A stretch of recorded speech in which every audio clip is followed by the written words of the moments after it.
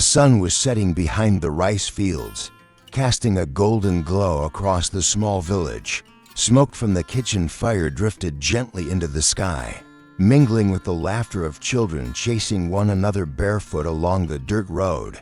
Inside the modest home, however, the atmosphere was heavy with silence. James had returned after years away, a man transformed by distance, burden, and the weight of choices that had kept him far from those who loved him most.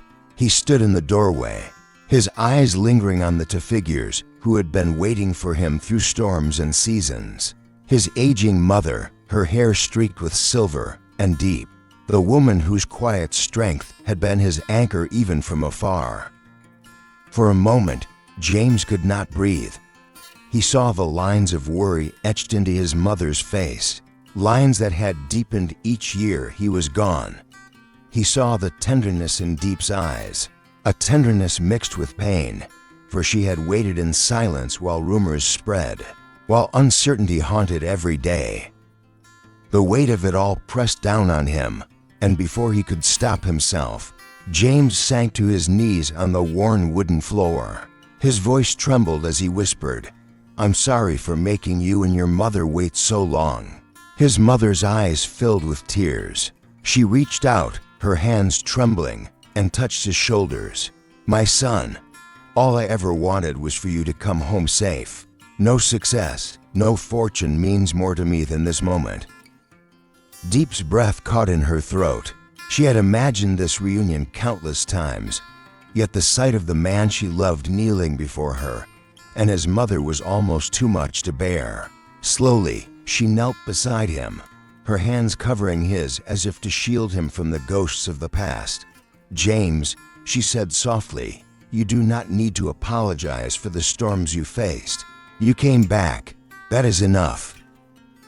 But James shook his head. His eyes were wet, his heart raw. "No, Diep, no, Mother. I chased dreams that took me far away, and I left you both waiting in shadows. I thought I was building a future, yet all I did was steal time from the people who mattered most." The silence that followed was not empty, it was filled with the sound of forgiveness. His mother pulled him close, her tears falling freely. "You are my son. No matter how far you went, no matter how long you stayed away, my heart never stopped waiting. And now you are here." Diep leaned into him, her voice firm yet tender. "What matters is not the years we lost, but the days we will build together from now on. Don't let regret chain you, James. Let it teach you." At that moment, James felt the weight lift from his soul. The world outside still held battle's enemies, betrayals, and storms that threatened to return. But here, on this humble floor, surrounded by love and forgiveness, he found strength greater than any empire could give. He realized that success was not measured by towering buildings or endless wealth, but by the warmth of home, the patience of love, and the tears that flowed not from sorrow but from faith reborn. James held both his mother and Diep close, his voice steady now. "From today, I will not let you wait in shadows again. Whatever comes, we will face it together." And for the first time in years, the house was filled not with silence, but with the sound of hope. The days that followed James' return were gentle yet fragile, like a porcelain vase held in trembling hands. In the village, word spread quickly that the once distant CEO had come home.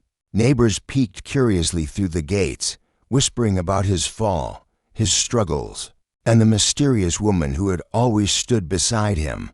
But inside the small house, none of that mattered. James spent his mornings helping his mother water the garden, and his evenings walking with Diep. Under the lantern-lit streets, for the first time in years, he tasted peace. Yet peace rarely lasts long for a man with enemies. One night, as rain tapped softly on the tiled roof, James sat at the old wooden table, studying papers he had carried back from the city. The flickering lamp revealed the burden on his face. Diep noticed it immediately. She placed a bowl of warm soup before him, her voice gentle. "James, you promised to leave those heavy things behind. Why do you still carry them?" He looked up, his eyes shadowed by memories. "Because the storm is not over, Diep. John has not forgotten me. He will not forgive what my family's name represents. Even here, even now, I feel his shadow." Diep's heart tightened. She had heard of John once a partner, now an enemy consumed by bitterness and revenge. She reached across the table, placing her hand over his. "We will face him together. You are not alone anymore." Her words lit a spark in James, but deep inside he knew the danger was real. His fall from power had not erased John's hatred. If anything, it had made James more vulnerable. The very next day, his fears proved true. As James walked through the market with Diep, a commotion broke out. Men in dark jackets cornered them between the stalls of fruit and vegetables. The leader stepped forward, his lips curling into a cruel smile. "James, you thought you could disappear into this quiet life? John sends his regards." Diep instinctively stepped in front of James, her body trembling, but her gaze fierce. The market grew silent. Villagers froze in fear. James gritted his teeth, pulling Diep behind him. He faced the men squarely, his voice low and steady.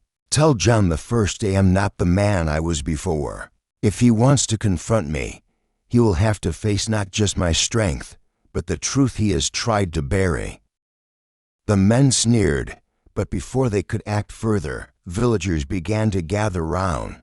Farmers, workers, even children moved closer, their eyes blazing with quiet defiance. They might have been poor, but they would not allow violence to stain their marketplace. Outnumbered by unexpected courage, the men retreated, their threats echoing in the air as they disappeared into the crowd. Diep clung to James, her tears falling freely. "I cannot lose you again." James held her close, his jaw set with determination. "You won't. This is not just about me anymore, it's about protecting you. Protecting my mother, and protecting the future we will build. If John wants war, then I will end it, once and for all." That night, James sat by his mother's side. She had witnessed the confrontation from afar. Her eyes filled with both fear and pride. "My son," she whispered, "revenge is a fire that destroys both the enemy and the one who carries it. Be wise. James, fight not for hate, but for love." James bowed his head. For the first time, he understood. His strength did not come from anger or power, but from the two women beside him, his mother and Diep. With their faith, he would rise again. Outside, the rain stopped. The night air was cool and clear, carrying the promise of battles yet to come, but also of a love strong enough to survive them. The following morning, sunlight poured softly through the curtains, painting golden streaks on the wooden floor of the house. Diep woke early, preparing breakfast as she always did, but her hands trembled slightly. The memory of the men at the market still lingered in her mind. When James entered the kitchen, she forced a smile, yet he saw the shadow in her eyes immediately. "Diep," he said gently, touching her arm, "you don't have to hide your fear from me. Last night shook us both, but we must turn that fear into strength." She lowered her gaze, her voice breaking. "I don't care about wealth, James. I don't care about the past. All I want is you alive, beside me. If facing John means risking everything, will we survive?" James pulled her close, resting his chin against her hair. "We will, Diep, because we have something he can never destroy: faith in each other." His words calmed her heart, yet deep inside she knew the path ahead would not be simple. Later that day, James visited his mother's room. She sat in her old wooden chair, sewing quietly, her face lined with both wisdom and sorrow. He knelt before her once again, just as he had the night of his return. "Mother," James said, his voice low but resolute, "I have hidden so much from you. Our families past the land disputes, the betrayals, they have all come back to haunt me. John's hatred is not just for me, but for the mistakes of those who came before us. I fear he will not stop until he destroys everything."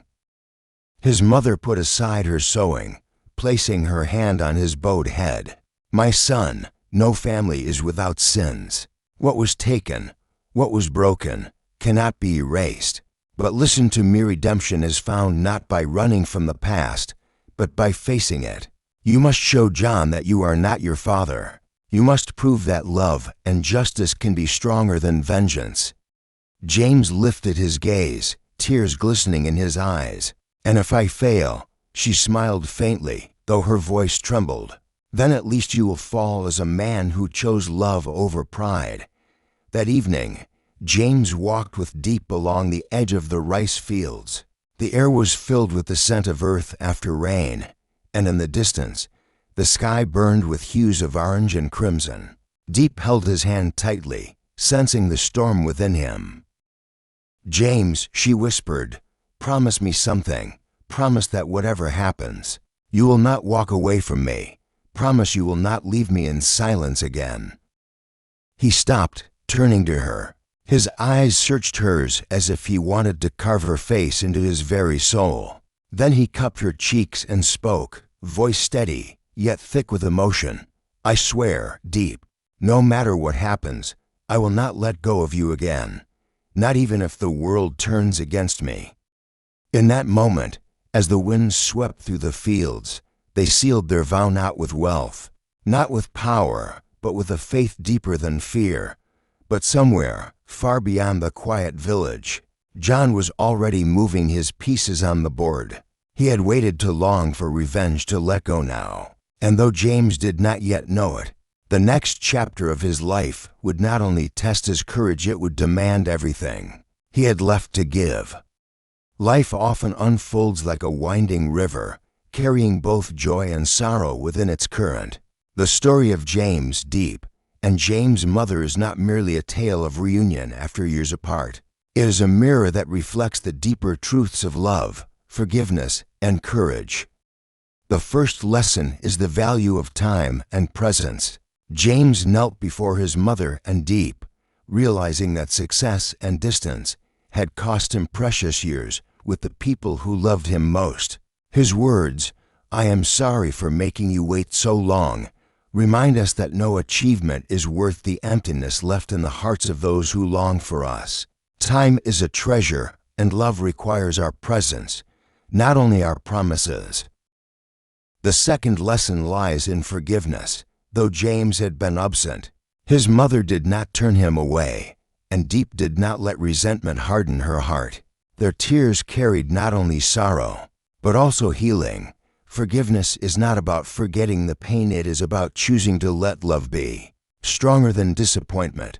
In forgiving, they opened the door for a new beginning. The third lesson is about courage in the face of fear. Threats from the past, embodied by John, and the shadows of old betrayals, still lingered.